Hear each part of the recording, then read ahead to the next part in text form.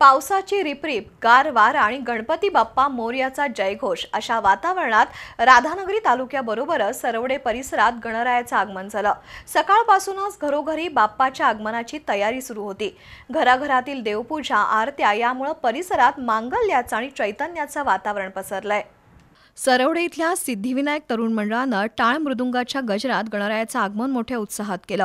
पुरुषांनी वारकरी वेशात गणपती बाप्पाचा जयघोष करत श्रींची आगमन मिरवणूक गावातील मुख्य रस्त्यावरून काढली। गेली 15 वर्षे हे मंडळ धार्मिक वातावरणात सार्वजनिक गणेशोत्सव साजरा करतात। दुसरीकडे तालुक्यातील शेकडो कुटुंबांनी आज सकाळी कुंभारवाड्यात गणपती नेण्यासाठी मोठी गर्दी केली होती।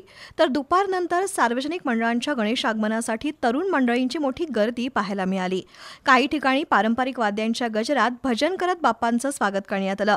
सायंकाळी उशिरापर्यंत आगमन मिरवणुकांमुळे रस्ते फुलून गेले होते। दरम्यान सरवडेमधील कुंभारवाड्यात घरगुती गणपती आणण्यासाठी महिलांची मोठी गर्दी झाली होती। विशेष म्हणजे महिलांनी पारंपरिक मर्दानी खेळांचं प्रात्यक्षिक दाखवत आगमन मिरवणुकीला वेगळाच रंग दिला। तर तरुणी आणि मुलींनी हलगी आणि लेझिमच्या ठेक्यावर मर्दानी खेळ सादर करत सर्वांचं लक्ष वेधून घेतलं। राधानगरी तालुक्याबरोबर सरवडे, वाळवे, तुरंबे परिसर गणेशमय झालाय।